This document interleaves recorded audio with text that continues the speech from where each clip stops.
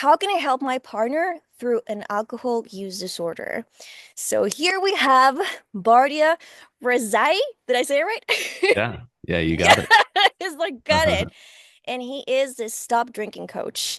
Tell us a little bit more about yourself. Yeah. Yeah. Thanks, Miriam. Thanks for having me on. Um, so yeah, where to begin? I'm Bardia Rez. I'm the stop drinking coach. I have a sobriety and life coaching program, and I help people quit drinking alcohol and really step into a new, more empowered chapter in their life.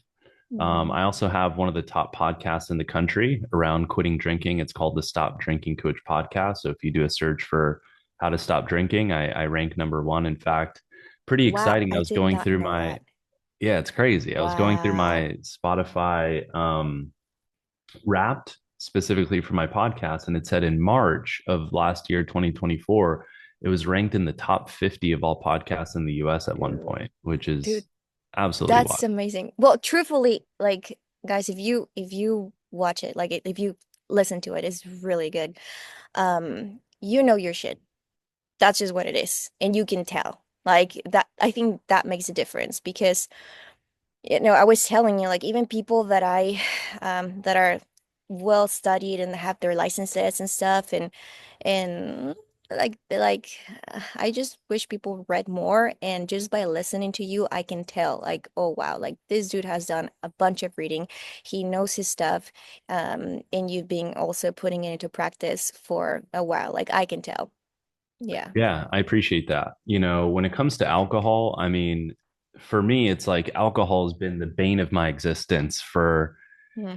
as long as I can remember. I grew up in a really crazy, kind of dysfunctional family, experienced all types of challenge and pain and little t trauma. And, my dad was also a heavy drinker. He was an alcoholic. Mm. He died of alcohol poisoning when I was 14. Oof. And I inevitably started drinking and partying in high school. And from the very get-go of picking up alcohol, I knew it was a problem and I was trying to quit. Like I started going to AA meetings when I was 18 or 19 years old. And it took me 10 years of trying, starting, and stopping 1,000 times, going to AA meetings, trying therapy, reading everything you can possibly read on Google, trying all the traditional, Yeah. sort of methodologies or recommendations, and nothing worked until I ended up discovering this program that went on to change my life, which is the same program that I now run. And, I've worked with over 300 people one-on-one over the last couple of years and just launched a group program. But yeah, it all comes from having walked it and lived it and banged my head against the wall for literally Yes. half of my life, Yeah. and Yeah. I think that's why people really resonate to it. They're like, oh, this guy gets it because, Because you've he gone through gets the you. trials, the tribulations, like all of that, and you just had to stand up and keep going and try the new thing, try another thing. And yeah, from listening to your podcast too, like I was like I kind of resonated with it too. Like I actually have never had problems with alcohol. Like I always felt very uncomfortable, like in parties and just when I felt that people were like not in their right senses, like I'd get like panicky, so I couldn't. So this is actually going to be, very interesting to talk about it with you, from my, conflict management and relationship perspective. But I re did resonate when, uh, my dad also passed away when I was 10, and my refuge was on books. I was like, yeah, I can tell. Like you've been reading and going into like even like the philosophy, because I've been following you for a while. Like we've been following each other for a while, so I know that you're also like into philosophy and like the why are we here? There's just something bigger about this, and like really finding your place and how to make yourself useful, right? How to Yeah. become the person that you are meant to be and that you want to be, your ideal self, and just working your ass to get there, right? Yeah, it all ties together. Like you mentioned, like when my dad died too, my uncle gave me this book by this guy named Wayne Dyer called You'll See It When You Believe It. And that was like Hmm. the first personal development book that I ever read. And I was 14 years old. And it Oh happened in yeah. this like really pivotal time in my life. Yes. And so reading that book and introducing me to the concept of like how your beliefs influence and shape your reality and consciousness and how thoughts, have energy and just all these different things. Like It's true. it just completely shifted my paradigm and sent me down this rabbit hole of like becoming obsessed with trying to figure out and understand like the nature of reality. Yeah, yeah. So now, hopping back into how do we like help our partner through this? Like I know that a lot of people like you help people going through their issue, right? Like if they realize, okay, I really want to stop drinking. Yeah. That's your main thing. Now, thinking about relationships, we can maybe see it as, okay, they want to request help from or broaden their support network, right? And ask people like, help me out. That's probably, I don't know what step that is, but that's probably very important, right? Like growing your support network. Now, from the other part of the coin, right? As a partner, that you really don't have that problem, and you're probably wondering like, why do they keep drinking? Like I just don't get it. This is an issue. Why do you keep drinking? And how do I set up my boundaries with this problem? What do I do? Like when is it okay for me to stay or go? Or they just I can't imagine being in that place and wanting to be supportive, wanting to be there for someone, and then just not knowing when is it healthy or when is it not okay for the person to just like, this is too much for me. How do I Mhm. know if I'm just screwing myself up by being here, or this is the right, because everyone wants to be a good partner, right? Yeah. Everyone Yeah. wants to be the best that we can be, and it's just hard to know when that's actually just hurting yourself. Hmm. Yeah, yeah. I'm really glad that we're having this conversation, because it's one that so many people, probably tens of thousands, hundreds of thousands of people are probably running into, and there really isn't that much Mhm. content out there around this. So it can be pretty complex and tricky, right? Yeah. Like there's so many variables here. And when it comes to alcohol, alcohol use disorder, alcoholism, a problematic relationship with alcohol, there's so much happening like beneath the surface there. Hmm. And when one partner has that problem or that issue, while the other person just doesn't at all, there's a major, major, And major doesn't disconnect. understand like what, Yeah, it just why. it just doesn't compute, right? Yeah, So I think one yeah, of the first things that we can talk about and establish is like, what is alcoholism or alcohol use disorder or a really problematic relationship with alcohol? Like, what's actually going on here? So yeah. I knew we were gonna talk about that. yeah, so Like I think that definitely.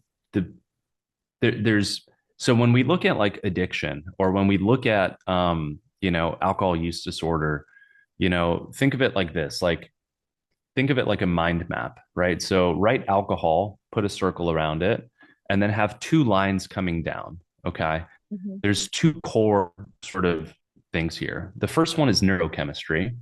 The Hmm. second piece is some sort of underlying pain or could be trauma or hurt or sadness or whatever. Yeah.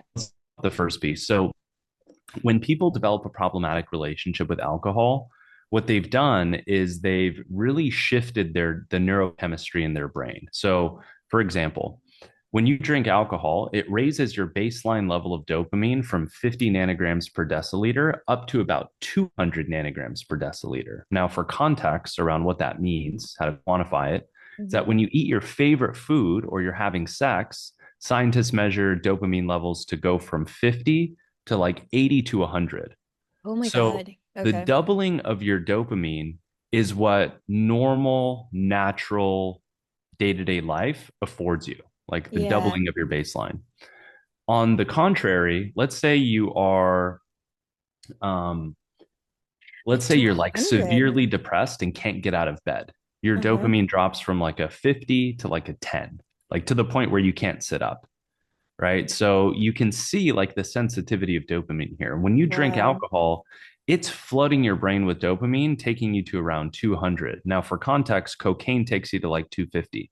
So when somebody drinks alcohol, right, what they're doing is they're flooding their brain with dopamine.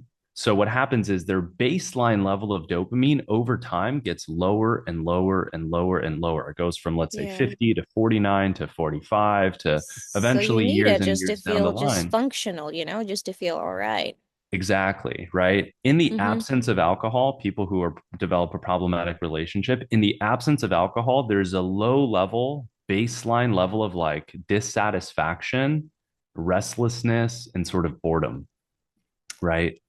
So that's one piece is like understanding the neurochemistry. Because when you begin to understand this obsession around alcohol that AA and 12 step calls an obsession, this deep, dark black hole, you're born this way, it's genetic, like you're mentally ill, you're diseased. Like once you start to understand the neurochemistry, a lot of it starts to make sense. The Yeah. brain is just doing what it's designed to do, which is to Yeah. reinforce things that produce dopamine and and seek pleasure and avoid pain, Yeah, right? and yeah, maybe some people are, yeah, like genetically we're just more sensitive to, dopamine, or, some people are like more prone to develop schizophrenia, and they have like those dopamine kind of, ups and downs, and Yeah, so so that makes sense. But yeah, 200 is crazy. Like it's high.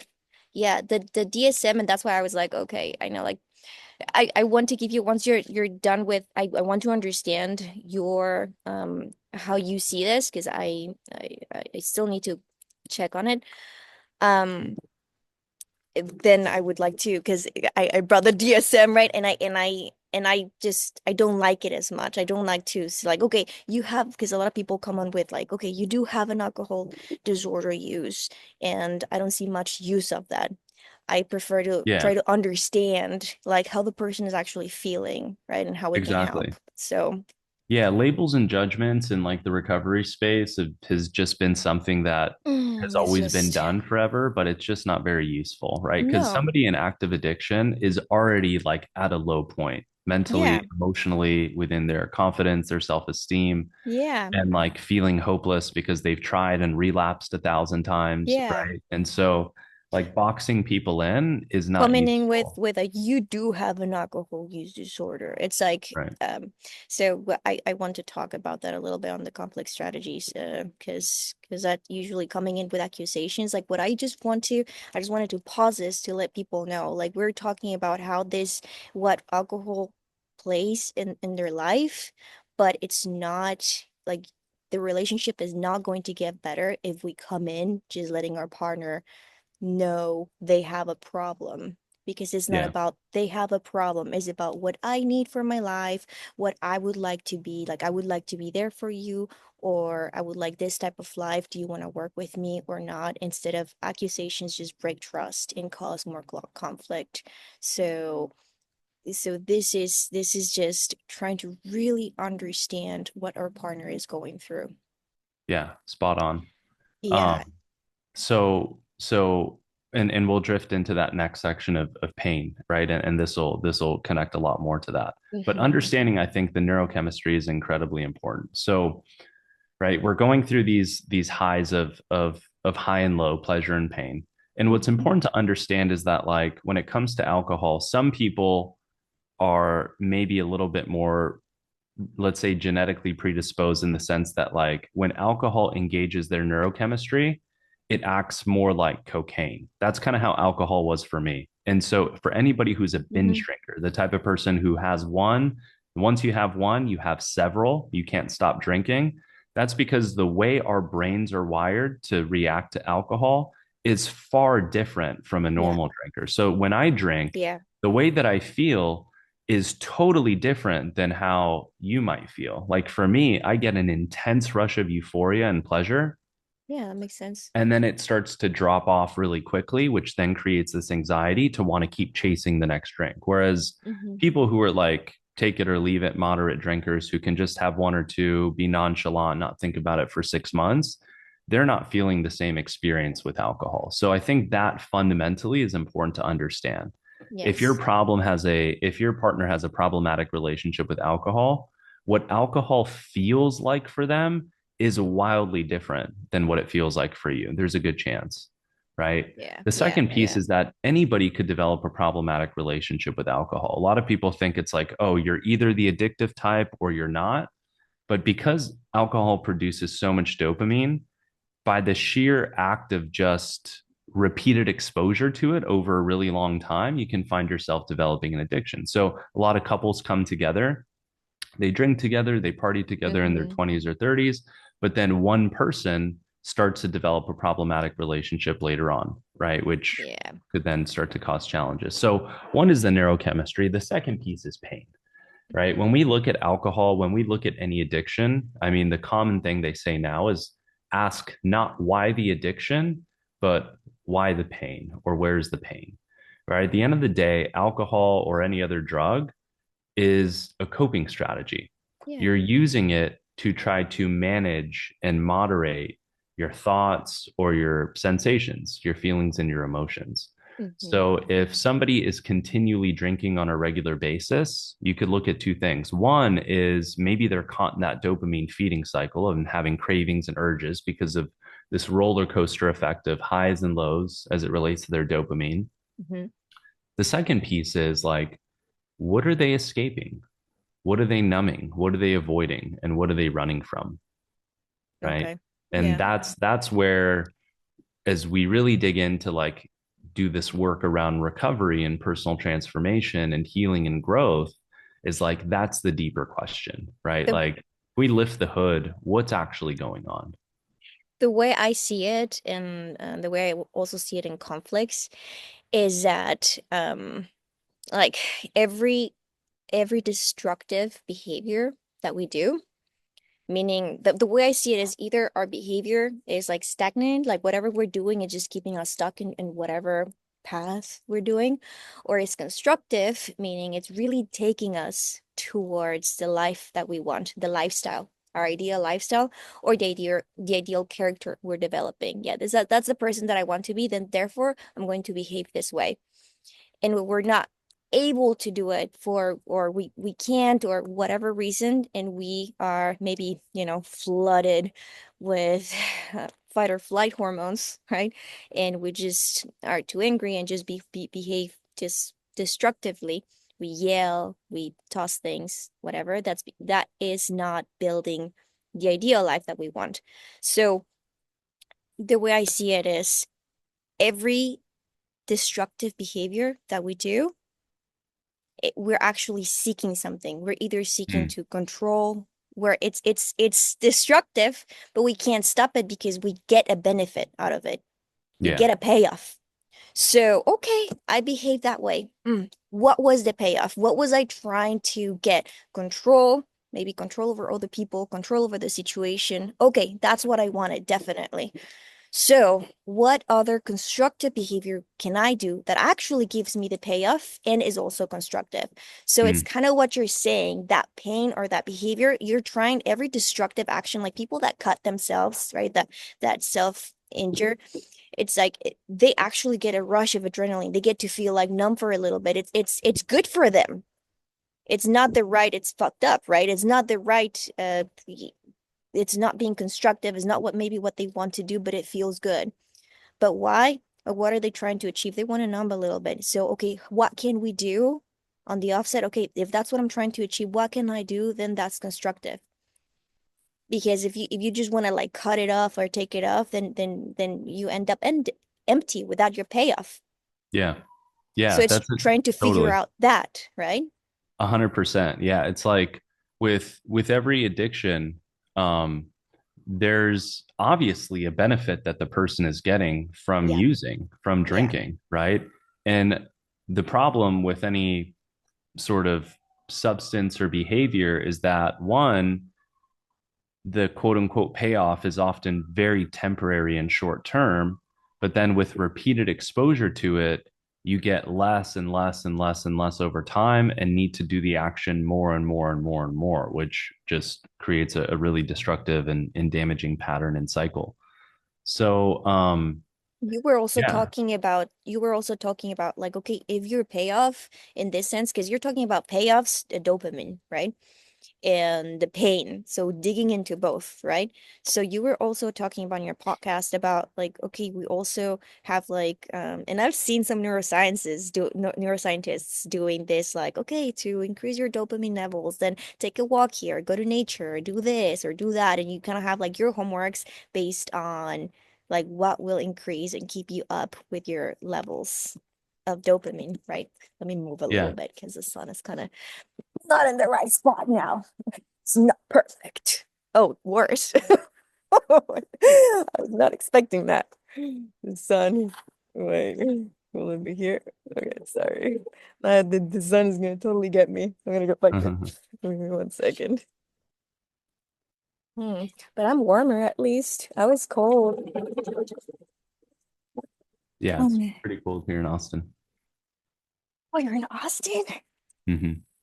Oh, I'm in LA. What are you doing over there? Okay. Okay. Yeah, so Back. so how do we know, right? Like how do we help our partner through an alcohol use disorder? So I think first and foremost, it's like, I was sorry, I was going back to the like the dopamine, like oh, giving okay. giving some like that some neuroscientists like give give some homework to, increase your dopamine levels. And I Yeah. know that building relationships and having that support system, and you can have a lot of people, but also your partner has a lot Mm. to do with it to help you, co-regulate and go through that, just giving you the happy hormones Yeah. when you're in need. Yeah, yeah. It's definitely an interesting one because when it comes to like alcohol use disorder or addiction, at the end of the day, in order for the person to work through it and resolve it and overcome it and get to the other side, they have to be the one that walks the walk and is willing to do the inner work, Yeah, right? And what oftentimes happens in relationships is when one person is struggling, depending on the context of it, how bad they're struggling, what's going on, what's underneath it, yeah, right? The other partner feels like really powerless, right? yeah, Because like they don't understand what's going on. They don't know what's going on behind the scenes. Like they don't know how their partner's feeling neurochemically. They don't know the intensity and the difficulty of the struggle. And what ends up happening is when the partner drinks, oftentimes they do things, they say things, and they act in ways that are out of alignment, out of character, mhm, possibly starting conflict, taking risks that could potentially damage themselves or hurt themselves or their family, drinking and driving, right? Like all types of other things that could be really damaging. yeah, So from that perspective, it's like more often than not, the partner that doesn't drink is left kind of hurt and confused and like exhausted because when it comes to quitting drinking, it's not a light switch, right? If it yeah. was just like, hey, I recognize I have a problem and I'm going to stop, if it was that easy and that quick, like the And it's world a of process. addiction, It's expected to not be like this, but to go like diddy, diddy, yeah, diddy, it's going to diddy, look like a stock chart. Yeah. And that Mm-hmm. process could take months or years. I mean, it Yeah. took me kind of 10 years of like Wow. trying and starting and stopping a lot, you Wow. know, Yeah. until I And found a that's the system and a process. program. Mm-hmm. Yeah. It's certainly a process. Mm-hmm. Um, And that's the process. And I think partners, I can imagine. Sorry for the random helicopter. And I can't imagine um you as a partner wanting to, I'm here to help. I'm here to help in every way. And you kind of like, they might feel like giving, giving, giving. And like, as you said, they feel powerless because it's not really up to them. And this is the whole idea I think that I have behind being the commander, right? Because it's just really realizing what is under your command and what isn't. hmm, And a lot of people kind of want to give to be the good guy and to get. And in this type of situation, in a bunch of other situations, um, giving and being there for your partner to be the person, it's really, it might it might work. You might be there, but it might not work. So if you're giving, it's more because that's what you are willing to give and be happy to give, regardless of the outcome. So not really expecting that to be it. Okay, if I'm there for my partner, if I do all these things, he's going to change and he's going to see, like, that's not really how that works, right? yeah. You are truly Yeah. powerless. That's not within your Yeah. power and control. Yeah. It's really not when it comes to addiction and like understanding that like it's not about you, Hmm. right? Like maybe if If they there's been a loved me tremendous more. yeah, maybe if there's been a tremendous amount of like conflict in the relationship, right? Like one partner, one person might be using alcohol as a way to cope against the hurt, disconnection, sadness, Oh pain, yeah, that too. unresolved, whatever. Hmm. But more often than not, like, and maybe not more often than not, but I would say most of the time, at least in the context of people I've worked with and coached, is like it's not directly tied to the wife or the husband. It's like this addiction, this problematic relationship goes far beyond that. So I think getting to a place where you recognize that, like, one, it's not your fault and it's not about you. This is your person going through their mental, emotional, and spiritual journey of learning how to, one, develop courage to be present to what's going on inside them, two, develop the courage to stop running, numbing, and avoiding the pain or discomfort that they have in their life, and to three, develop the courage to begin to learn how to cope and move through difficult feelings and emotions, or challenges in their life. It And takes time to relearn all of that. yeah, all those are skills. All those are Yeah. skills that ideally we should develop through, childhood, adolescence to They don't teach us adulthood. that. Hmm. But yeah, one, we're not taught. Two, we're herded through a system that basically forces upon you and shoves down your throat to do the opposite, which is to Yeah. constantly numb and distract yourself. Yeah. Um, and yeah, I mean, the skill of mental and emotional regulation is one of the most profound, powerful skills that one could have as an adult. And Number one. yeah, it transfers over into every area Yes. of life, Yes. you know? Yes. And the way I see these skills, or the way I, because it's conflict management. It's all about keeping your cool. And the way that I say that, it's like, okay, this is your prefrontal cortex, and you're like, it's this is your amygdala, this is your prefrontal cortex, and it's like covering it. You're cool, you're cool, you're cool. And once you reach that point that you flip your lid, there's one neuroscientist. I took it from him, Daniel Siegel. He's amazing. Look him up. Anyways, you flip your lid, you're fucked. Like whatever you say, whatever you do, it's gonna come out with with a little monster inside. It's not Yeah. going to be you. So you're done. Conflict management, it's not whatever you say. No, it's time to take a break. And you're like drunk in those hormones. Yeah. So you really, you need to know, like, I'm buzzed. I'm buzzed. I'm good. I can do this conflict thing right now. Like, no, you're Yeah. not, dude. Just take a Yeah. break. Take Yeah. a And you can break. feel it when your body is in that state, it's clear. Yes, but you're buzzed. I can do it. Yeah. No, no, you gotta take a break in at least 20 minutes to just like let that flush out of your body and maybe do what the body is supposed to do in that state and just maybe run it off, right? Fight or flight. Okay, so go run it off. Or, yeah, distract yourself for a little bit. Maybe sometimes people need that, watch a TV show, whatever, and then come back and do that, the strategies that you actually learned with your lid on, Hmm. and practice, practice, practice. Now, the way that I see it is, our brain, you have run a certain path and you're used to using a certain type of strategies all this time. So you have a bunch of grass, you have this path that you've built, Mm. and now you're trying to build a different path, but like it's grassy, it's not made.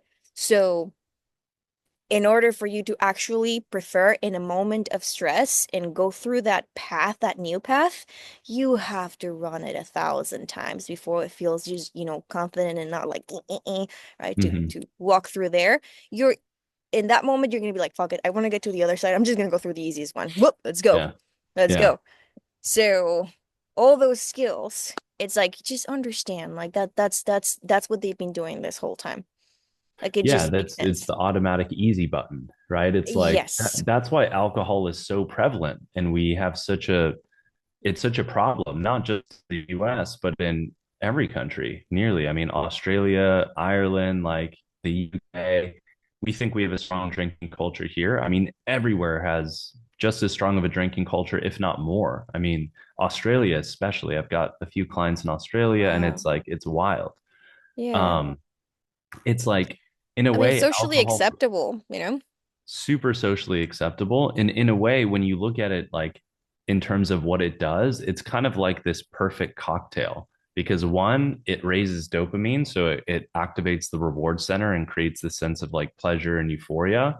And then at the same time, it increases GABA, which provides this sort of relaxing and Mm, sedative effect. mhm, So it makes you mhm. feel happy and it relieves stress, Yeah, right? And so it works yeah. really well in the short term, but there's no free lunch in nature, as we both know, right? It's like every time you drink alcohol, what you're doing, it's like you're going to the bank and you're getting a loan with a really high interest rate that you're going to have to pay back. Yeah, yeah, yeah. And I've heard a bunch of people saying like, yeah, well, when I want to be social, it just really helps me be social, right? Because impulsivity is, and you're more impulsive, but you're also more, able to talk.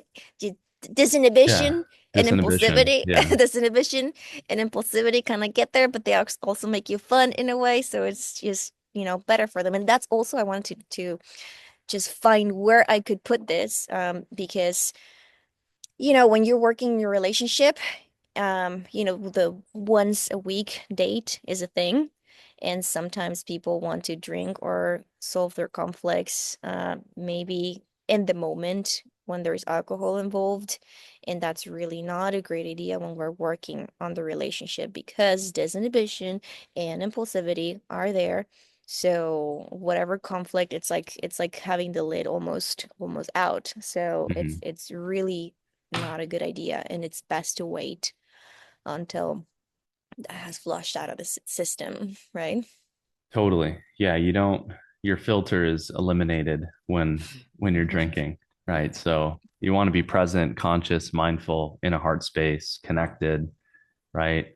I mean, you could certainly have some really interesting conversations while you're drinking, but yeah, I think when it comes to if you're really looking for like a stable cadence forward, you probably want to avoid having those types of conversations while under the influence. Yeah, yeah.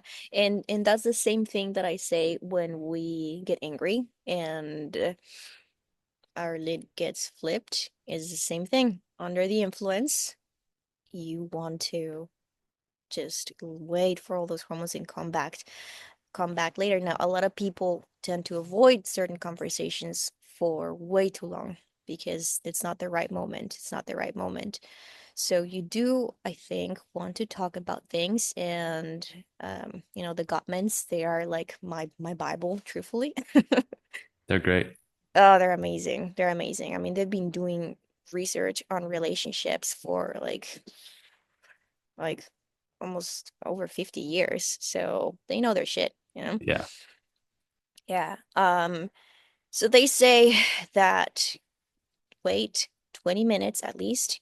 In the case of alcohol, I guess it would be until they're really not buzzed, yeah, the alcohol wears off. until the alcohol wears off, and but not let it pass for maybe more than 24 hours or around that time. Because more than that is probably avoidance and conflict. It's not avoidance, pushing conflict is just you're still gonna have to deal with it. Putting things under the rug is just gonna bulk it. So Yeah, now I wanted to first the first topic be understanding your partner because I think a lot of people don't really understand what understanding someone else means. I think people think that if I understand what you're going through, it means that I'm going to just agree with your ways and be okay with what you do. And the way I see it, like validation in my the way that I like to conflict to address conflict, I made like this little script. I call it the AVA script. I may change it in the future, but it has been working a lot for my clients to understand conflict management. And it's AVVA. So the first one is awareness of needs, boundaries, feelings. If you feel that something is not appropriate for you, that you don't like something, that something must change, that you're feeling icky about something, that's something that must be addressed. Maybe not in the moment. Is this the right moment? Right? Maybe not, but I this is something that needs to be addressed, that I need to communicate. Then the V is for validation, and validation is understanding your partner's perspective, understanding their feelings, validating, it's making sense of their experience, and really saying, it makes sense, because a lot of people think, okay, what they're doing is completely irrational. They're saying they want to stop drinking, and then the next day they do this. Like, oh my gosh, it's just I don't like. No, there's no validation, and invalidation, going against your partner's experience or dismissing your partner's experience, is like the worst thing you can do. Like, that's going to break the relationship. If you want to be done with the relationship, then do that and be done with it. But there's actually happy breakups that include validation. So it doesn't have to be that way. But validation doesn't mean like, okay, I can see that you know, okay, okay, I get it. It's fine. No. Validation is really understanding and truly making sense of their experience. Even if it seems irrational for you, it makes sense. It has a logic.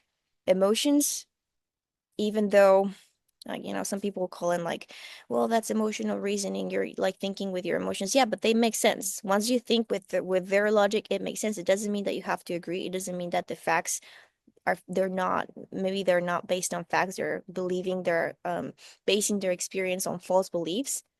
But if you take that into account, it makes sense they feel the way they feel. Yeah. Yeah, for sure. I So mean, we're all living in our own reality tunnel, right? So whatever story we tell ourselves is going to create exactly. a sensation. And so for us, even if it doesn't necessarily have objective, verifiable data or Mm-hmm. merit in what's actually happening, the experience still could be very real for Yeah. somebody, right? Exactly, exactly. So we're not going to be able to move past problem solving. We're not going to be able to move past anything if we can't understand. If I can't see what you're seeing, then how am I going to problem solve anything? And that's the point. That's the point of this. If I come at you, if I come at the person with the DSM, with this in hand, right? And saying, here it says that you've been doing this, and for 12 months you've already been trying to stop, you have a problem and this and this.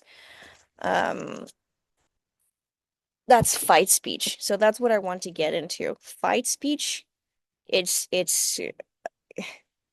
problem solving. Even I'm trying to problem solve is not understanding their perspective. So first, understanding. And again, that doesn't mean that we have to agree that what they're doing is how we want to live.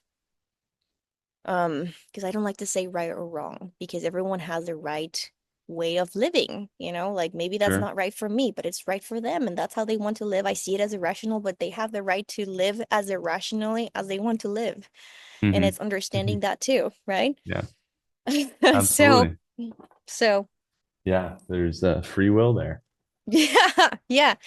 And that's why I like that the next V is the vulnerable request. So the vulnerable request would be, okay, I see that, that's the way that you want to live. And I understand that maybe you would, you know, want to do that. And I would like to live this way. Like for me, maybe I just don't want any drinking in my house. And that just being vulnerable. Some people come in with demands, right? And you shouldn't, or this, and you have a problem, so you have to change. So it's a vulnerable request. What do you actually want in your life? And just inviting. It's a vulnerable request or invitation. I'm really inviting you to have this life with me. Is that the life that you would want to have with me? Yes or no? And then in the middle, we wait for an answer, and the other person would give us their answer. And then we take an action that's like, if they say yes, awesome. What's a constructive action that we can take towards that dream life for both people? Hmm. And that will depend on their response. They can say, like, no, no, I just want to live that way. Okay. I respect, Yeah. respect. Yeah, that's a really great system. I love that. I've been looking into Mm-hmm. like different communication strategies over the last year or so as well. And yeah, looking into Gottman stuff, and it's really interesting as you really start to understand these more like almost like formal but proven strategies, like processes you can follow for communication. Yeah. It's crazy how much more um just how much better things can be in terms of like harmony, connection, effectiveness, understanding. Yeah. So yeah, the work that you do and what you teach people is tremendous. Thank you. No, and I think the hardest part is teaching validation and this understanding part. Because even when we are trying to communicate and say like, okay, I get it, you want to do this, but we're still thinking like it doesn't make sense what you're doing. It's fine. It's okay, whatever. Yeah, I get it, over the surface, but you Yeah. really don't. If you really don't understand what your partner is going through, you are still going to communicate it no matter what words you use or what system you use. The words are just gonna, the tone, the body language, everything is going to communicate. It really doesn't make sense what you're doing, dude. Like, that's just not okay. Yeah, the body language, the tone, all those are like indicators and reflections of where somebody's at, you know. So the first step is really, really, really, really trying to put not yourself in their shoes, but really try to wear their skin, like really feel their feelings. And when a person feels felt, like, you get me, that is the Mm, magic. That is the magic. That is the magic. What that gets you into. Okay, I feel you. And again, that doesn't mean that you have to go and I'm going to be with you through this. Maybe not. Maybe you guys are not meant to be together. Maybe it's too late, and we'll get into that. But how are you going to know if you're not really feeling and knowing where the other person's at? You yeah. can't. You can't know. So, and it's like what you said at the beginning, like, being a partner and knowing if you should be there or not, it really depends on a bunch of things. This is and even like assertive communication, it's very, very dependent on, there's not one assertive way of doing things, because it's very dependent on what your needs and boundaries are. Everyone has different needs, everyone has different boundaries. What would be okay for you maybe it might not be okay for me, and that is going to determine what your genuine self, what that would be assertive, what would be assertive for you, right? Because that's what it is, right? It's open, vulnerable, and honest communication. Mm, yeah. So so is there anything else you think that would just to start moving on into how to set boundaries, anything else that people that you would like people that are still like, I just don't get why my partner keeps drinking, and I really want to understand their perspective, like why this is irrational for me, like how does this make sense that you would, that they say that they want to stop and they just keep on going back. Yeah. Yeah, the other piece to understand is that like sometimes addiction is irrational, right? Like you might be married, you might have kids, you might have a mortgage, you might have a business together, you might have all these things that's like on the line, right? Yeah. Yet your Yeah. partner still goes out and drinks, yet your partner still breaks promises to themselves around their relationship with alcohol. And it seems absolutely, utterly insane. Yeah. Um, and that is unfortunately like the dark side of addiction, And you that's, I know. mean, that's the definition, like when you're just Yeah, just really you do trying for too something long repeatedly despite negative consequences and you can't stop, and you right? can't And stop it. what's important to understand about what happens when you're in addiction is that it actually changes the person because it changes the brain. So it affects all these different parts of the brain, Good point. Yeah. and it changes the way the person, for example, prioritizes things. It actually changes the way their brain detects time. Like people who are in active addiction typically don't think or look past like 1 or 2 days, whereas people who aren't in addiction might consider timeframes of like up to a week, right, as an example. Wow. um so there's like the structure of your brain, how you prioritize, how you make decisions, how your brain determines pain, how your brain determines pleasure, where it values these things, like what it thinks is going to be enjoyable versus what it doesn't, what it pursues, what it avoids, like the person actually changes at that point, right? That's why you have people who are in active Oh, addiction sorry. doing things that seem like incomprehensible in terms of like risks that they take, harm they put themselves or their family in, right? Like drinking and driving with their children in the car, Yeah, whatever it yeah, might be, right? When you're sober, present, clear, you would never do those things, right? Stealing, lying, like all these things that come from being deep in an addiction, right? What happens is like from a fight or flight standpoint is when you're in addiction, it's like your brain is always in fight or flight. So your prefrontal cortex, the logical, rational, executive part of your brain, isn't yeah. making decisions. It's not playing the tape forward. It's not looking at consequences. It's not looking Hmm. at your inputs and outputs, right? Your nervous system is constantly in a sympathetic state because your neurochemistry is unbalanced, constantly feeling a background sense of anxiety and withdrawal from alcohol, feeling like life is boring or flat without it, and then getting these intense urges and compulsive feelings and desires and thoughts to then go out and have a drink to try to relieve themselves from all that sort of pain that's built up. So, yeah, I think it's important to understand that, like, if you're the partner who isn't struggling and you're trying to understand your partner who does, sometimes you can't understand it. And sometimes it's a fool's errand trying to like I love this. True.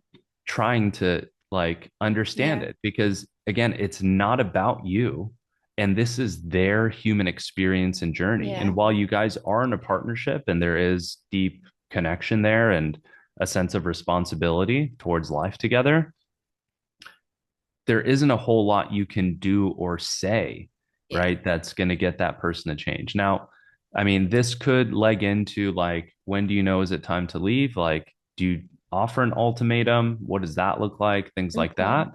Yeah. Um, and one thing you mentioned before was like co-regulating. Like, Yeah. can you, as the partner, when your partner who has a problematic relationship with alcohol, when they start to get cravings at 5 or 6 p.m. when they get off work, could you be there with them to support them and like go for a walk instead and co-regulate with them through that 1 hour craving that Hmm. they get? For Hmm. sure. For Yeah. sure. A supportive partner can come up with tools or strategies and ways that you guys could get more proactive together, right? You can get healthier together. You can start going to the gym and meditating and doing all these things together to try to avoid Yeah. the alcohol. But again, it's like what's underneath the alcohol, right? One is neurochemistry. Two is maybe some underlying thing that's being avoided. So it's Um, them doing the work on really digging into that pain, probably with someone that'll help because, you do need a mirror sometimes. You need someone that mirrors what's going on underneath and helps you, right, go through all of that.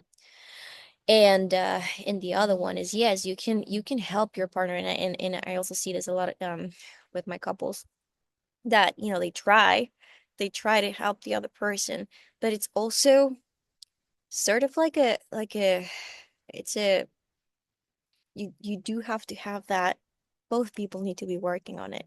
yeah, Right? totally. And You and can don't try be as much as possible, but the other yeah, person, if they're not willing, if they're exactly. in the war in their world, it's not up to you. Yeah. And it's no, and Yeah. it's not.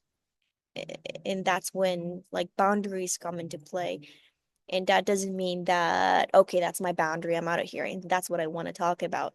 Because you kind of said, like, okay, some of these like extreme situations, right? When they just like go into like driving with the kids and they're like, okay, I'm justified to be angry. A lot of people find that like they try to be good, good, good, good, good, and wait until that moment where they know that's it. And they're like justified to say all these things. And that's why I believe it's really important to go back into like the Ava script and just be really aware. You don't need to wait until something like that happens. If you don't like certain things, that's when you don't like something, when you need something else, when you feel your boundary, like you don't want to experience something, that's the right moment to talk. You don't need to like feel justified into anger. Like that's really not constructive, right? Not the feeling of anger, that's understandable, but maybe going into like you, right? Going into destructive ways to handle conflict.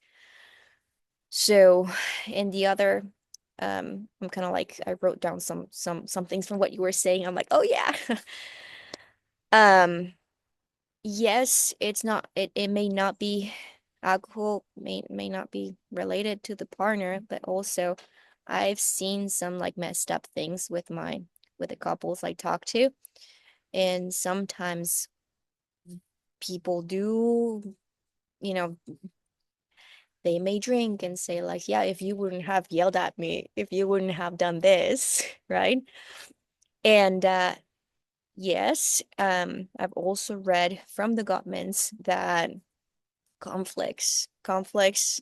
destructive conflict, because conflict is not bad, but destructive conflict is destructive ways of handling conflict make the person more susceptible to go into destructive behavior and even like suicide attempts and all that stuff. And that's also because have you heard of like the emotional cliff? Hmm. Remind me. So there's like it's stupid. It's like they call it the emotional cliff, right? So we're here and then we have like a stressful situation at work and then, your kids are yelling all day and then you didn't sleep that night and then, things start like lapping and we are at the very edge of that emotional cliff. That's something that seems like completely irrational, like your food fell or whatever. And Hmm. now you're like, I'm gonna Yeah. go out and leave and go. And then they just leave storming. You're like at the emotional cliff. Yeah. Yeah. So it's kind of understanding that some things that might look completely irrational, like, and if you're not there for your partner, which I will talk about what it means to be there for your partner, um, it might just completely, yeah, they will take the fast button into them trying to feel better. And Hmm. it's not that you push them off that emotional cliff. They just are there because of life circumstances, because of internal circumstances. And that's their fast button to feel Yeah. better. Yeah. So, yes, we as partners have a lot to do. Yes, we can help co-regulate and learn how to be there for our partners, but the other half is also up to them and how they react is up to them. And then that's on us later, seeing the reaction, okay, respecting it. And a lot of people, when I say this, they're like, what do you mean respecting it? Like, it's okay. I'm like, well, that's the way they want to live their life. It being irrational, it being destructive, whatever it is, what's up to you. It's what you're going to do with that reaction, how you're going to enforce your boundaries, being like, am I willing? Am I willing to like accept this behavior? Is this okay for me? Is it not? And where am I going to put my boundaries? Because the whole thing about building a relationship is learning how to be there for your partner and also being there for yourself and honoring what life experience you want to have. So, how can I set my boundary that I'm not just leaving you there? I'm like, okay, that's not okay for me. I'm going to protect my boundary and I'm going to be over here. You're like leaving your partner completely alone. So, there is a way to set your boundaries in a way that you let your partner know, like, hey, I respect that that's what that it, either it depends on the situation, right? But I validating again with the script, like validating, like I see, like, maybe this might be okay for you, and I need to do this to feel better, or that's not okay for me, so I need to do this. Is there a way that we can, make this work? Yes, no, okay. So then next time, da da da, right? So that way we can be there for a partner, let them know that we want to be there. We just cannot do something without maybe feeling that we're just respecting ourselves. Yeah. And that's the whole thing of knowing ourselves and how much are we really willing to happily give, not Hmm. just give because I think that I should give this. Hmm. There Yeah. is a difference. Yeah, being able to frequently sort of check in and be aware of what those lines and boundaries are. And Hmm. I think like what underlies a lot of this that I'm really like feeling and getting is like being in your partner's skin, right? Like Hmm. really understanding them, because it's Yes. easy to look at it from the outside and say, oh, well, you're just an alcoholic or you're a drunk or you just can't stop drinking or you keep saying that you're going to drink or you're going to stop. And then next week you're drinking again. And that gets really frustrating and Yeah. overwhelming for the partner, right? Because it's constantly like sending mixed signals, right? You're looking at this person's word, you try to trust them, you're looking at their actions and how they're reflecting. And yeah, I think from a partner's perspective, it's really important to understand that, like, if you've just now entered or have been in like the addiction landscape in relationship, that it's like you're now in relationship on like hard mode. It's Yeah. hard enough Yeah. having like a Yeah. relationship where there's no active addiction, but Yeah. now with active addiction and all the unpredictable things that come from that, right? Like it's going to take, if you want to see this thing through to the end, right? It's going to take a tremendous amount of patience, understanding, Yeah. compassion, right? Yes. Yes. Healthy, proactive, productive, solution oriented communication. And I think the biggest piece is patience, right? And understanding the difference between being patient and sort of enabling versus being patient and understanding that your person or this person here in front of you who you've committed to um, is experiencing addiction as a result of a neurochemical imbalance in their brain and oftentimes unconscious challenges and pains and discomforts around themselves and their life that they don't know how to problem solve otherwise. Yeah. Their best solution to alleviate their stress, discomfort, overwhelm, boredom, whatever it happens to be, is to drink, Yeah. right? And when you start to see it through that lens, that like drinking is the widely accepted, simple, easy mass solution that the masses use to just problem solve whatever it is they're dealing with, Mhm. right? Work, stress, kids, like it's like a very low level like solution is really Yeah. what it is. And it's easy and it's acceptable and everybody thinks you're good for it, but that's really what it is. It's a strategy to solve something that that person otherwise does not know how to solve and hasn't developed the courage to face. And so And when you see it objectively from that perspective, you can be like, oh, that's just a human who's got exactly. stuff under the hood that I don't see. I can only take, I like, whenever you know somebody, even if you're married to someone or whatever, like you're only getting 1% of that person, anyways. You're not sitting there getting their 60,000 thoughts a day. You don't know their universe in the way that you might think, right? And so you're only still, regardless of how much time you spend with someone, you're getting a fraction of that person, right? Yeah. It's just impossible to get 100% of it. And so to understand that like every human being is as infinitely deep and as complex as you are and has a whole spiritual evolution over the course of their life.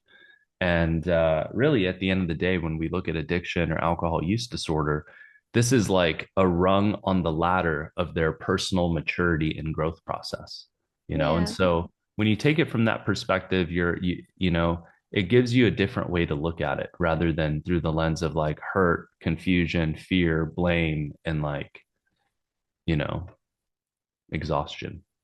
And the whole thing, I think it's just really knowing yourself and knowing if you're willing, to go through the process, because it is going to be a process, Yeah. and go through the process being there with the person. And also it's a lot of compassion with boundaries. So it's really learning how to set our boundaries, how to enforce our boundaries with compassion. What are some And examples of like, I don't know, boundaries that people might set? I mean, maybe that leads us into the third question. yes, yes. Before we go into that, I actually have like a little script that I like to use to set our boundaries, and just to make the comparison of how it is like with Hmm. aggression and just really, really compassionate boundaries. Have you heard of the term compassion burnout? Yeah. It happens, Compassion yeah, to fatigue.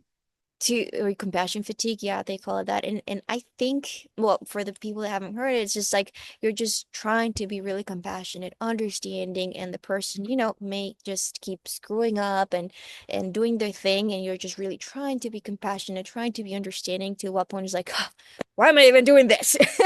Right? And you People just get often fed get up. it for like parents, or like if they have dysfunctional relationships with like elderly parents that they have to take care of, that Hmm. oftentimes comes with some compassion fatigue. For therapists, counselors, right? All day, Therapists. every day, it's real Hmm. common. Yeah. But also, I was reading a little bit that it might also be because we want we want the other person to change. We would like them to change. There are certain things that we would like them to change. And I think that we can really try to be as validating as possible and communicating our needs and communicating our boundaries. But I think that um really enforcing our boundaries, it's really the trick here, because if you're really, and that includes accepting what the other person's reaction is, Hmm. respecting it. um it gets frustrating, of course it gets frustrating, because we haven't exercised our disappointing muscles. Like that's what some, like, children's, like, parenting books call it, letting children exercise their disappointing muscles. Can I ask you a question? Yeah. What happens when you start to lose respect, right? Let's say somebody is doing something in the case of addiction, for example, over Yeah. and over and over and over and over again. And there's a part of you that, like you're saying, the healthy thing to do is to like acknowledge, honor, and respect. That's their decision. Yes. But what Yes. if you start to feel like you're like, dude, it's just like starting to wear you out and you're starting to lose respect? How would you think about that or go about that? It's knowing that's also, I think, is just awareness of the type of relationship you want to have. Hmm. It's just knowing the type of relationship, and that includes the type of partner you would like to have. That you want to have this type of partner, right? That we do this together, that we do that together. It's just being aware of our needs. Hmm. And And yeah, sometimes I think we just respect some behaviors more than others. It's weird, right? Some people respect other things and don't respect other things. I don't know. That's just how humans are. We're just different, right? So, um, I think that that's included in the setting our boundaries and knowing, just really, really inviting other person to, like, this is the type of life I want, and then seeing their reaction. They're not doing that, or maybe they say they want to, but in behavior they don't, and that is an answer. So that, I've had couples that I kind of help them get to that point where they start realizing that this was not the person for me. And that's like what I call the happy breakup, where you start communicating your boundaries. Like, this is the type of partner or life I envision for myself.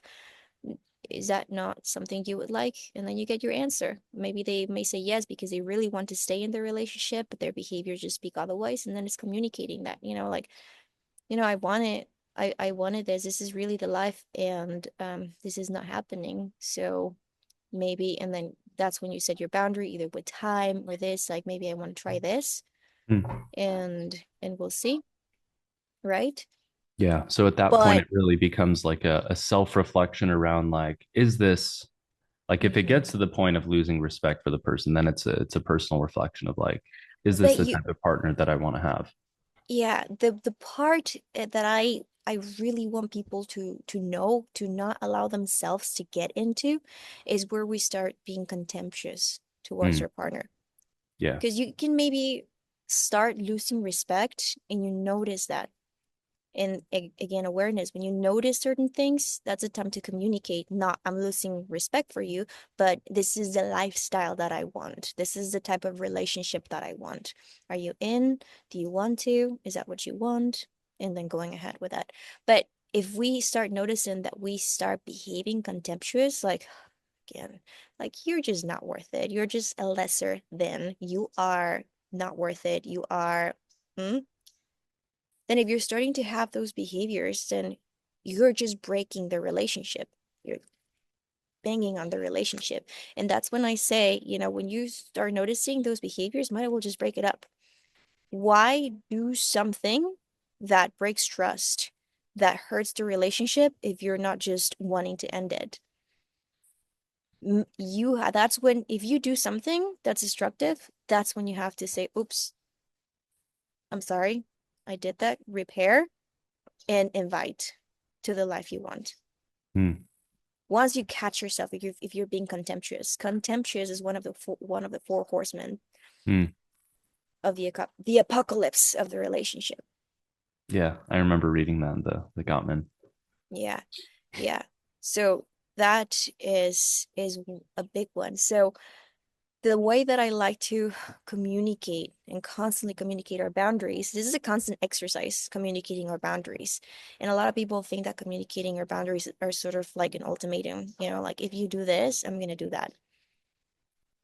And that sounds rather threatening. Um, if you do this, I'll do that. Or that doesn't sit with me, I'm gonna do this. And the most important thing that we have to communicate if we want to build a relationship is building trust. And trust is built by communicating. For like the first thing that we are communicating is, I'm here for you. I want to be here for you. It's trust. So, and we build trust also by saying, like, I understand you, I see you. So, first step would be validation. I can see you want this. It makes sense. You want this. Then, and so a lot of people say, but when they want to give their perspective. So, your perspective, what I want to say is your perspective makes sense, and my perspective makes sense too. But if I say your perspective makes sense, but my perspective is this, whenever we say but, it totally minimizes whatever is before, right? Mm, So I think that's why it's very important to put like the and now we just communicate our personal limit. And it's not like I'm done with this. This is my personal limit. It's a vulnerable personal limit. Just like it is what it is. I, I, I just can't have drinking in the house. I just can't hang out with you when you're drinking. It hurts me.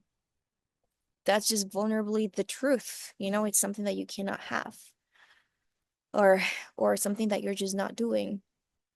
Then we add the invitation or the request. Like, I like to hang out with you.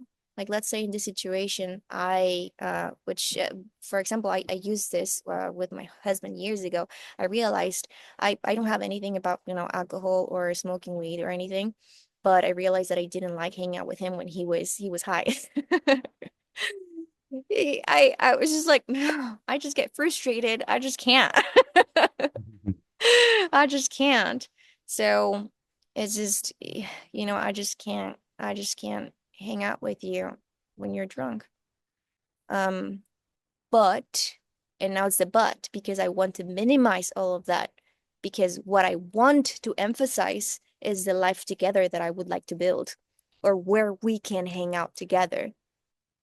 But I would love to hang out maybe once you're done with that, but I would love to hang out with you when there is no alcohol. Yeah. Is that something we can do?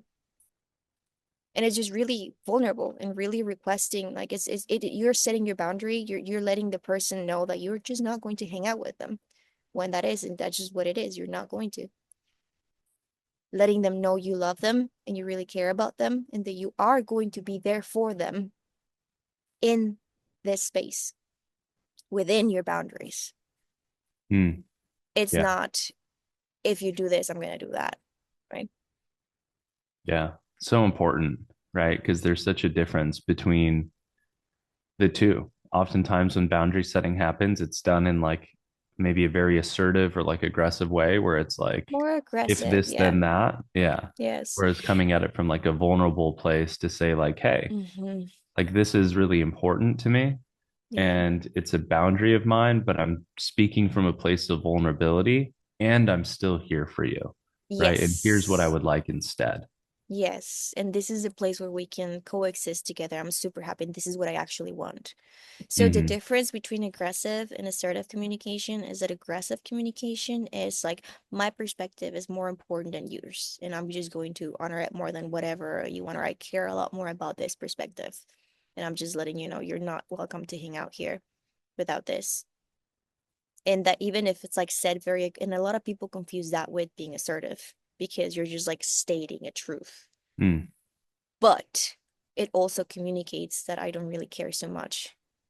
I'm not really there for you. So it's there's that this imbalance of power.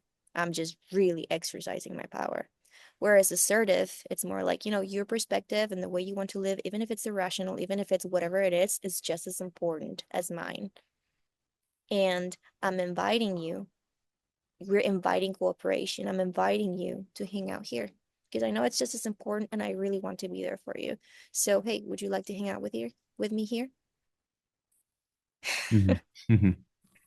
It's a lot more compassionate. It's a lot more just kind, respectful, because I'm letting you know that you have your right.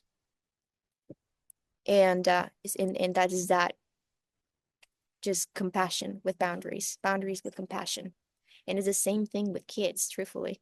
I just like tie it all together because they're just little crazy irrational creatures, and you have to like constantly exercise those boundaries with them. We're like, okay, I Yeah. see you want to do that.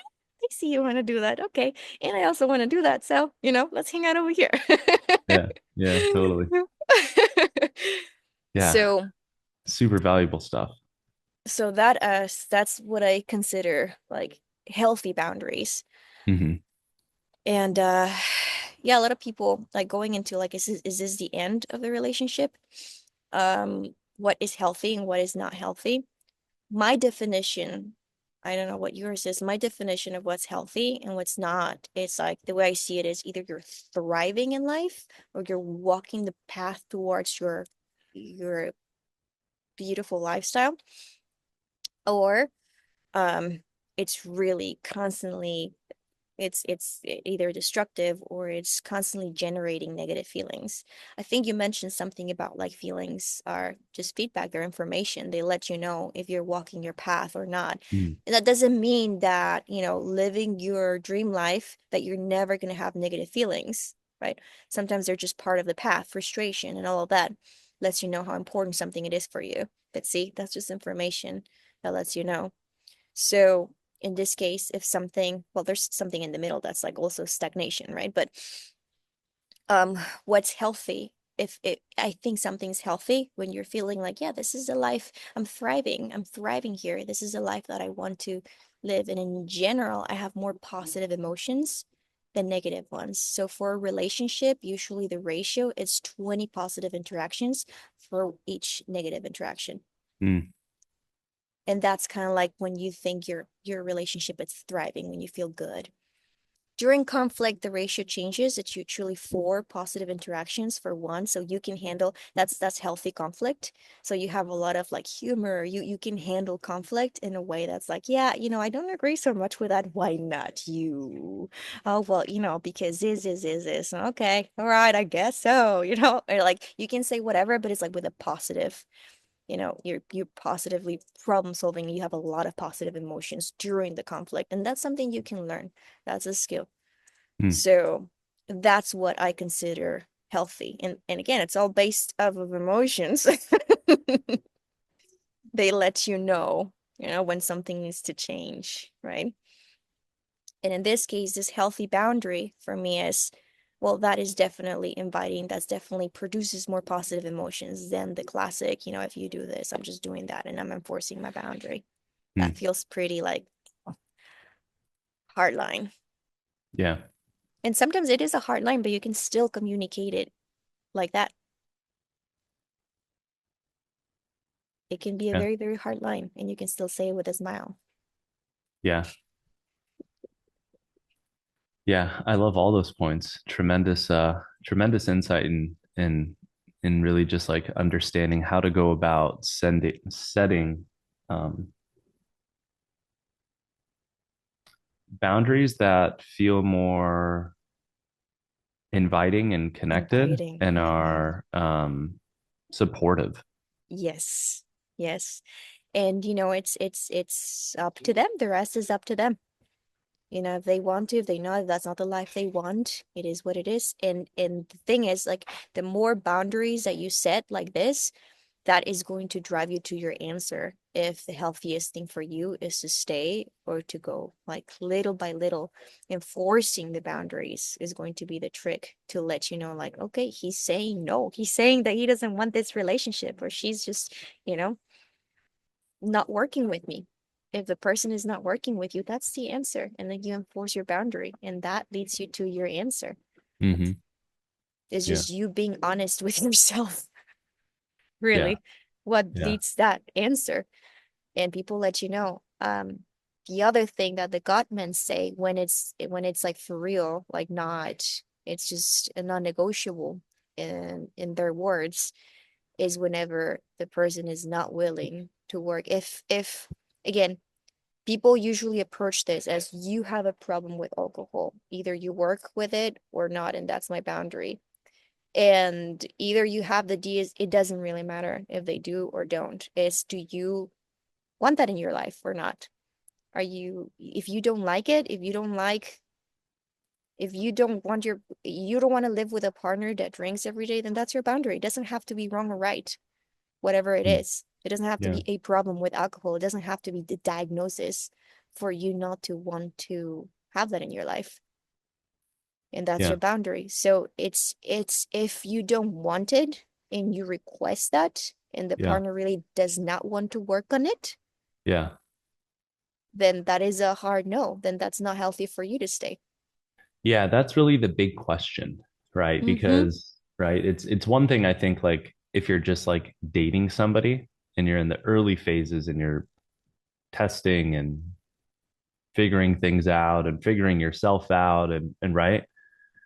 But what's the difference in this strategy if you're, 20, 30 years into marriage and three kids deep and a Yeah. life together, right? Yeah. Like, and all of a sudden you find that your husband or wife starts drinking more and is now developed alcoholism or alcohol use disorder after their parents just passed away or after, they just got laid off their job or something along those lines, right? And so Yeah. again, considering some of the things we talked about is like when it comes to overcoming an addiction or alcohol use disorder, it's often not a light switch, right? And so as the partner, you're probably going to have to be checking in regarding kind of this for a while. And I think the big piece, like you mentioned, is like, listen, in order to quit drinking, if you develop a problematic relationship with alcohol, it's important to understand that very, very few people spontaneously just get sober on their own. Most people, I believe, need to work a program that's going to offer some structure, some support, some accountability, some resources, some tools, some skills to learn how to Yeah. cope, to begin increasing your self awareness, learning how to mentally and emotionally regulate, right? Like, I think overcoming an addiction requires a lot of that. And if your partner is drinking and it's problematic in the relationship and you're unhappy with it, I think before you get to the point where, you know, you set that hard boundary of like, hey, I don't want this in my life. I think together as a unit, there Yeah. should be a proactive attempt towards getting outside help, right? Some people try rehab, some people do AA, some people, right? Like there's all types of different strategies You you can try. have to. I've Yeah, got a you have to. program, but like you mentioned, it's like absolutely, yeah, the partner has to be showing that they're trying, right? Yes. Like you guys have like to overcome an addiction, you kind of And have it to will throw be a like, process. yeah, it's going to be a process and you kind of have to throw the kitchen sink at it, meaning like you guys are might have to invest financially, right? Like Yes. it's this weird thing. I do want to mention this, like because AA has been established and around for 100 years and it's free. A Mm. lot of people who think about the world of addiction and people who are struggling with addiction somehow think that addiction recovery should be free. And Hmm. I believe that should absolutely like in a perfect world, that would be Yeah. the case. Everything would be free. Healthcare would be free. Therapy would be free. Addiction recovery would be free. Food would be free, right? Like, but True. addiction recovery, like people who are in that space have to be incredibly skilled to help people solve fairly complex, deep problems, right? So Yes. understand that, like, if you're going into that space to like try to get help, um, realize there might be an investment, The right? way I Like, see it, the way I see it is like, okay, you might get a gym membership, go mhm. to the gym and kind of try to like, figure out the machines and do things. And it's gonna take you a while. It's gonna take you a lot of like maybe injuries because you're just trying to figure out stuff on your own. But if you like invest in a personal trainer, you know, Yeah, that's someone that already walked the path. You're paying to save a lot of time. You're paying to save a lot of headaches. You're paying so like money, yeah, the whole deal, all of money, it. yes, you're paying to save money. So it's like why not? Like why? Yeah, It's that's a big piece, is like the people who are the most successful in many different aspects of life all have coaches, all have consultants, all have board members, all have Mhm. people around them who complement them or are better than them or have um, walked a path that they haven't walked Yes. so that they can get all the shortcuts. Right. Yes. And that's what paying for a good therapist, a really good therapist, relationship coach like yourself, a sobriety coach like myself offers, is like, It's a hey, conflict. I've walked this path like a million times. Like Yeah. I get it. With Right. yourself and And other people. So you've yeah, seen it in a million different ways. yeah, I've seen it inside and out. And it's like, Mm-hmm. here's how I went from 4 to 6 bottles of wine a day, 20 to 30 drinks a day to 4 years alcohol free. Here's the exact template system I used. Here's what I did Monday through Sunday. Here's how I manage my time. Here's what Yeah. I did in the morning. Here's what I did in the evening. Here's what I read. Here's what I listened to. Here's what I consumed. Here's the meditation I did. Here's like, and it's like, rather than trying to read books and piecemealing information from this podcast and this YouTube channel and this Instagram post, it's Yeah. like you can pay for a system, Yeah. just like Yeah. somebody might pay for a conflict resolution system, Mm-hmm. right? It's Yeah. like, I think that's an important thing for everybody Yeah, to yeah, and even recognize, is so, like, like I give them the templates, right? Like this one, the one I said, like your perspective and my perspective and this, and it just takes like it takes practice, it takes repetitions in different circumstances for totally. people to put it together and be like, that's how it was. Yeah, I love how that sounds. Ah, that was it, and then it's like, okay, another repetition and another repetition. How can we make it better? How can we make it better? And and, and even though you got it, if there's the system, there's still the specifics of each individual, right? Yeah, totally. And I like how you say repetition, because that's what Hmm. life is. Yeah. Life is just repetition. We've got 365 days a year. Every day is a blank slate, and we have an opportunity to apply new thoughts, new actions, new decisions, new behaviors, new forms of Develop the skill. communication Hmm. to tweak and shift our mind, our neural pathways, our nervous system, our unconscious patterns. Like, it's like what life is. It's just a big game of repetition. And the question is, what inputs are you going to add, and what inputs are you going to have 30 days, 6 months, a year from now, based off of the repetition that you apply today? How are you going to You know? use your time in this earth? And for people that are maybe like not knowing like when, or maybe waiting for like the perfect time, the way I see it, I think I value time more than anything, truthfully, because that's like the only thing that I just don't know how much I'm going to have, right? Yeah. So that's when I like that's how I see my time. Like if I maybe I will spend on someone to help me clean because, I prefer to use that time for other things, right? And even though it's an expense, whatever. So in this case, like that's how I see it. Like the sooner I do something that I really wanted to do, I'm saving time. I'm like, because what is this going to give me? Maybe this is going to give me more time with the people I love. Maybe Yeah. this is going to give me more enjoyable same with like with what you do, what I do, like learning how to manage conflict in a healthier and more positive way. What's that going to give me? More enjoyable moments with my family, Hmm. more enjoyable memories. So you're kind of like like what do you value more? What do I want to spend on? What I'm Yeah. gonna at the end of my days, like what am I gonna say I liked, did the most, I enjoyed the most, I valued the most, I wanted more of. And That's that's such an what you should important, spend on, yeah, right? that's such an important thing to reflect on. Like, what do I value most and what do I want? Because Hmm.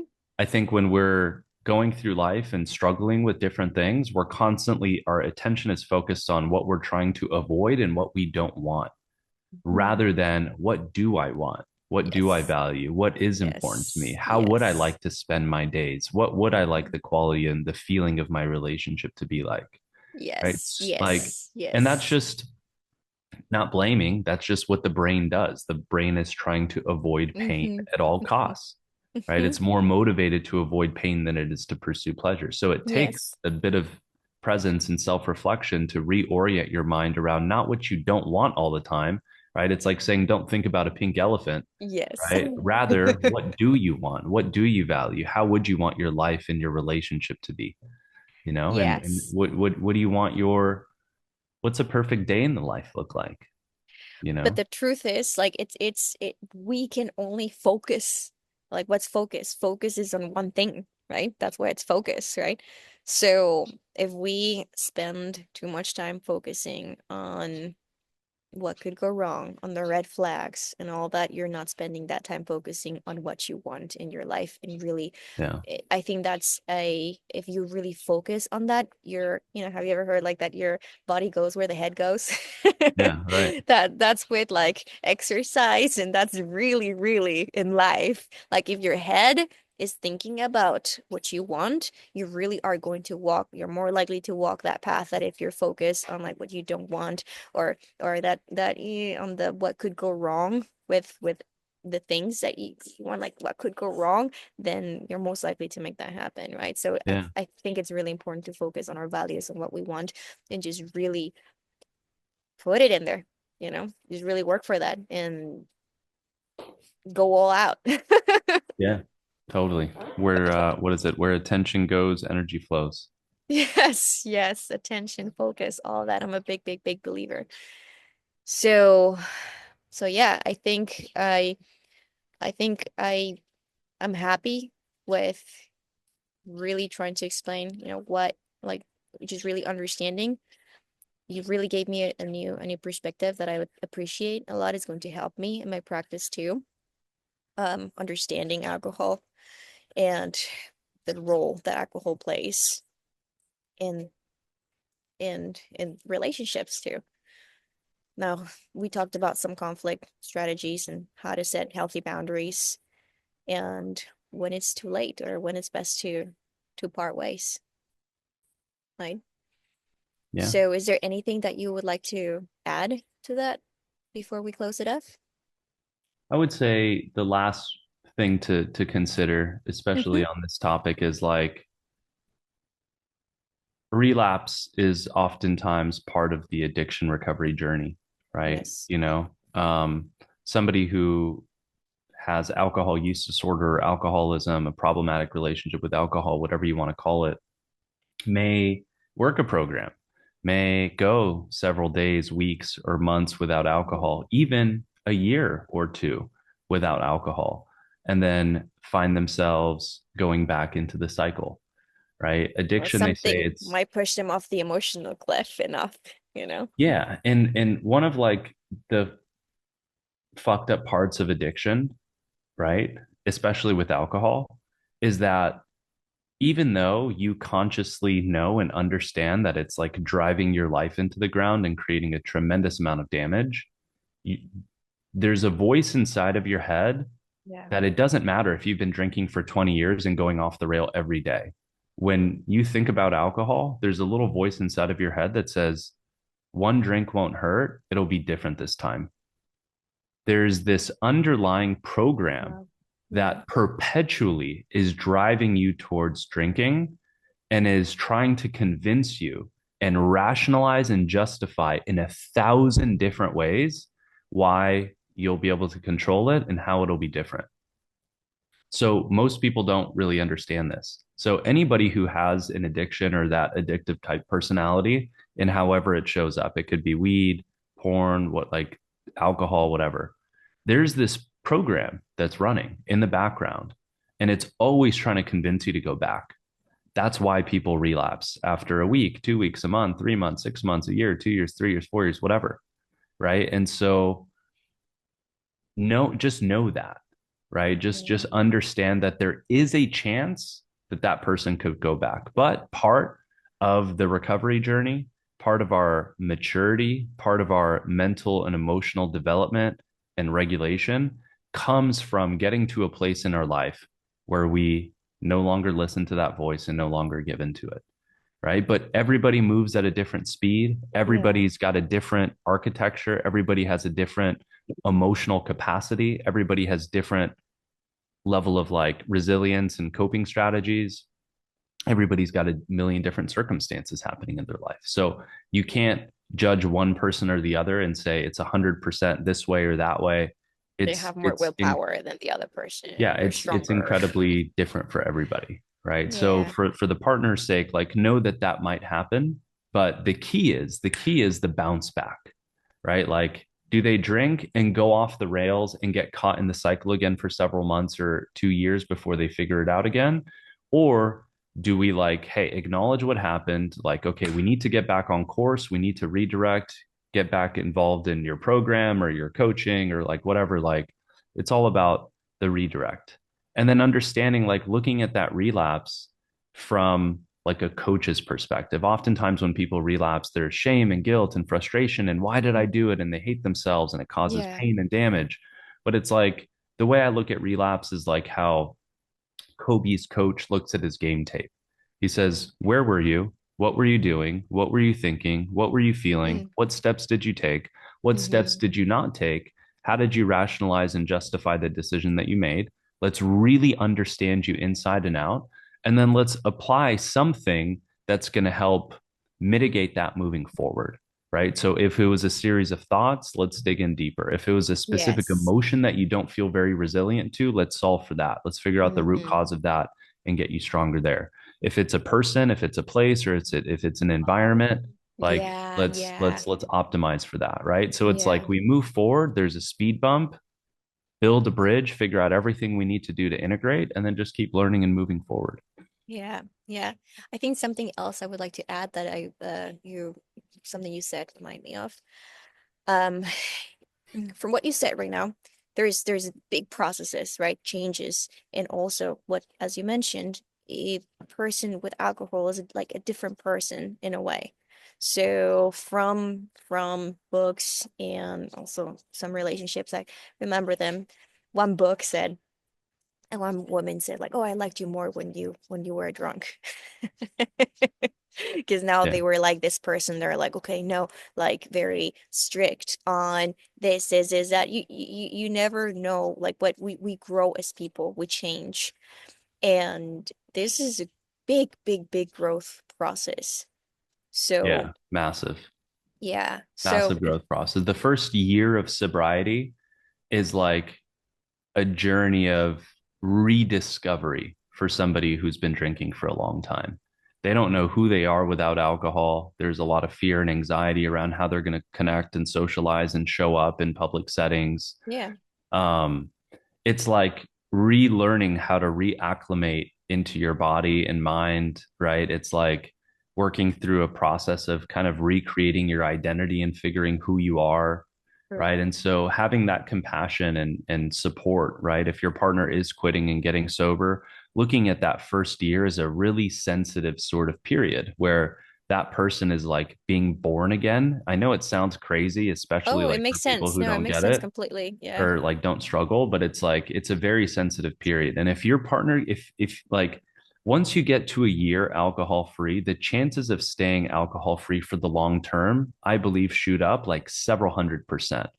But the reality is, and just based off of Mm. like addiction recovery statistics, like less than I mean, it depends on what you look at. AA, for example, 6% of people who go to AA remain alcohol free out of a year, Wow, wow.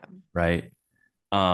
There's some rehabs that promise 70, 60%, right? Like, but getting to that year mark is crucial, is Okay. absolutely crucial. And so, Well, as that much says the support, says the bar. If like I did it 1 year, I can do it another yeah, year, it's like you you've know? gone through all seasons of life at that point, and your capacity to be present and to acclimate to what life is alcohol free and your dopamine recovery and just every your mental and emotional regulation by that Hmm. year mark is substantially. I mean, it's you're a whole new human being inside and out, you know. So getting there is I think the goal, right? Yeah. Obviously, that seems high pressure for a lot of people who are struggling. Really, you just want to take it one day at a time and let go of timelines. But from a partner's perspective, know that like if your partner hits that year mark, like there's some really good solid stability there. And anything you can do to Okay. kind of support them through that recovery Yeah. process will be really helpful. Yeah, and it's really building a whole new identity. So it's a lot of growth.